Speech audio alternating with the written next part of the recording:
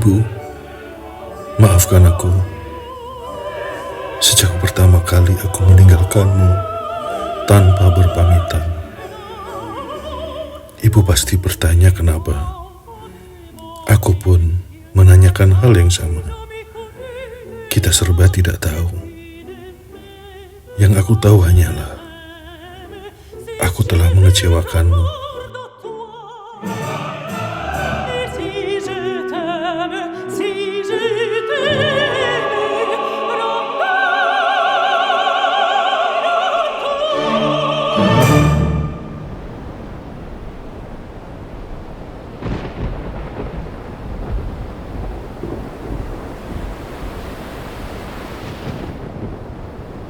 Pertarungan dengan cuaca dan wabah penyakit di perjalanan sungguh berat. Seolah meninggalkanmu membawa kutukan. Namun hatiku percaya Engkau mendoakanku walau dalam kekecewaan. Sekuat doa dan nazarmu yang menarikku dari maut saat aku kecil, lalu menyerahkan hidupku pada Tuhan untuk menjadi Yesuit.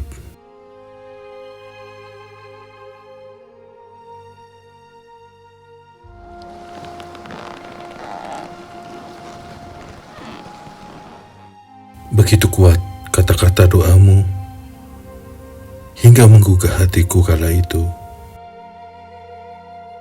Untuk mengarungi lorong-lorong gelap kota Lisbon, berbagi hati dengan yang terpinggirkan, yang sakit, yang terpuruk dalam kemiskinan. Dan ternyata itu Ibu, bayangan apa yang akan aku jalani. Di tanah ini, tanah misi Franciscus Xaverius.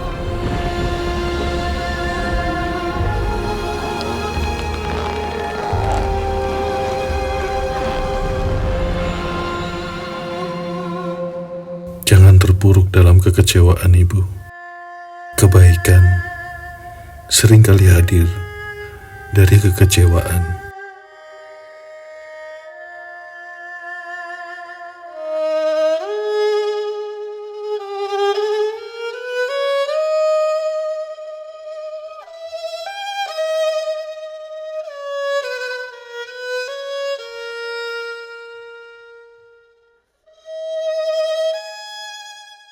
Ibu, saat pertama kali menginjakkan kaki di sini, nafas Xaverius bisa kudengar merasuk ke paru-paruku, memberi lecutan energi, membuatku bersemangat untuk menjadi bagian dari tanah ini, menjadi tanah kebahagiaanku.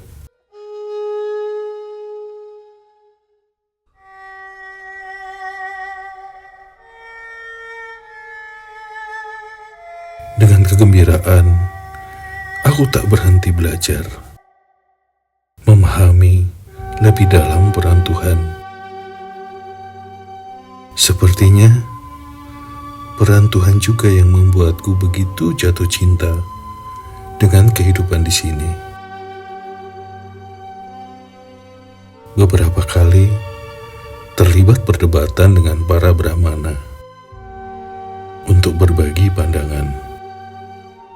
Bahkan seringkali tak terjadi kesepakatan. Namun aku mengagumi cara mereka hidup yang tak lagi mengikuti segala selera daging ini menyatu dengan semesta.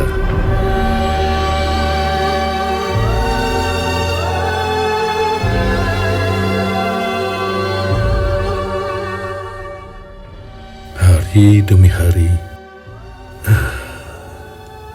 kegembiraanku semakin meluap, seperti kegembiraan pengantin di Kana. Tanah ini mempelaiku. Jiwa baruku telah lahir dengan sebuah nama baru bukan lagi João Hector de Brito, tapi menjadi Arul Anandar. Nama yang punya arti seorang yang penuh rahmat dan kebahagiaan. Namun mereka menyebutku orang yang berapi-api. Aku memang berapi-api untuk kebaikan yang lebih besar. Menyatukan diri dengan jiwa yang baru. Menemukan Tuhan di segala hal.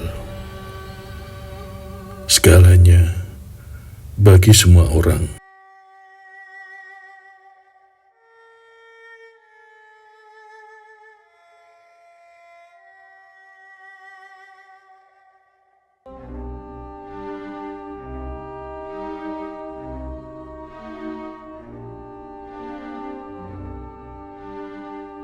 Ibu, dulu tak terbayangkan sejauh apa aku akan pergi meninggalkan kastil ayah, Kastil de Brito.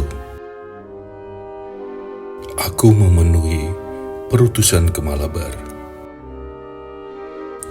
Perjalanan yang tidak mudah, tak ada jalan setapak sebagai petunjuk.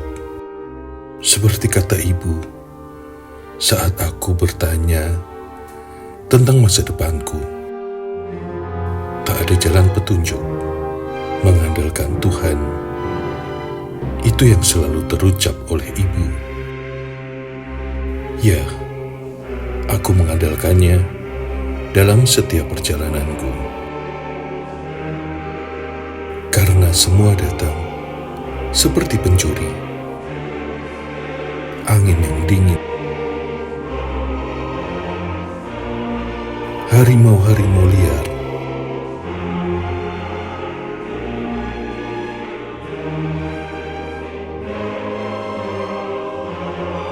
dan yang lebih besar lagi, wabah penyakit. Namun, apakah ini anugerah Tuhan? Karena tanganku, Ibu, menjadi tangan yang mengerjakan keajaiban. Tapi aku tahu, ini tangan Kristus, bukan tanganku. Orang-orang bersuka cita untuk kesembuhan-kesembuhan mereka. Saat mulutku menyampaikan pengajaran, serasa roh Tuhan yang bicara.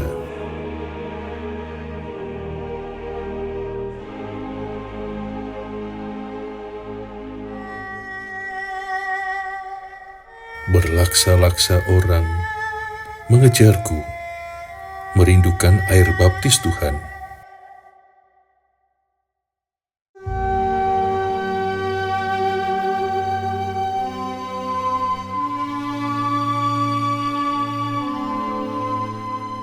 Roh-roh jahat pergi menghilang dari tubuh mereka, tapi berbalik mendatangiku dengan pasukan yang penuh amarah, seperti amarah Saul mengejar Daud, menyiksa kami siang malam.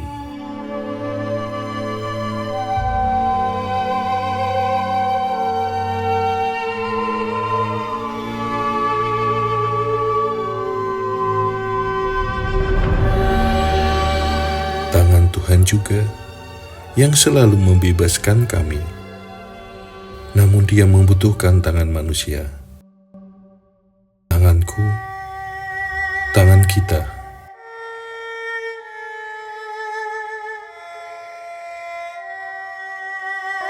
Setelah bertahun-tahun, aku tak mengira akan berjumpa denganmu, Ibu.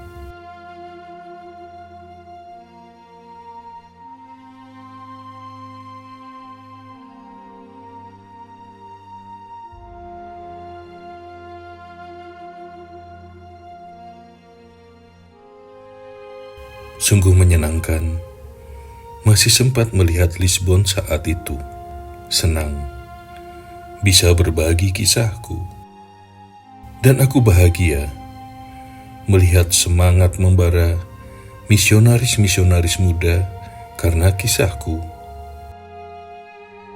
Aku juga bahagia melihat Don Pedro menjadi raja yang baik. Dia ingin aku tinggal dan menjadi uskup. Namun hatiku sudah tertambat di India. Aku tahu Raja Pedro memerintahkan semua pelayaran dipercepat sehingga tidak ada lagi kapal yang akan mengantarku pulang ke India. Aku tahu dia begitu mengasihiku. Aku juga mengasihinya. Tapi kita harus menguji rasa kasih itu agar tidak menjadi godaan yang membuat kita ragu untuk mencari kebaikan yang lebih besar. Tekadku bulat, Ibu. Aku berlayar dengan perahu yang tidak layak pakai. Mungkin itu pemberian Tuhan. Namun ternyata itu menjadi saranaku menemukan kapal yang lebih besar. Hadiah yang lebih besar. Harapan yang lebih besar. Anugerah yang lebih besar.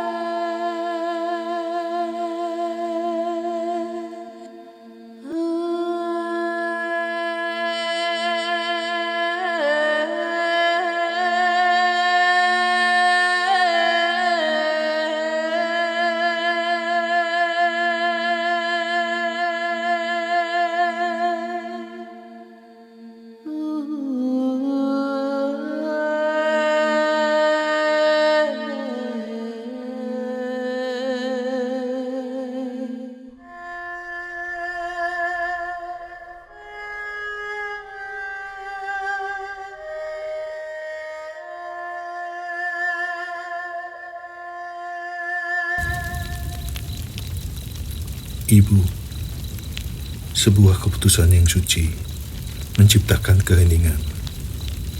Sesunyi Taman Getsemani, tempat roh Tuhan bergumul melawan takut.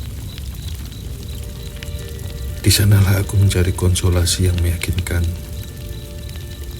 Keputusan ini, Ibu, adalah mencari magis, kebaikan yang lebih besar.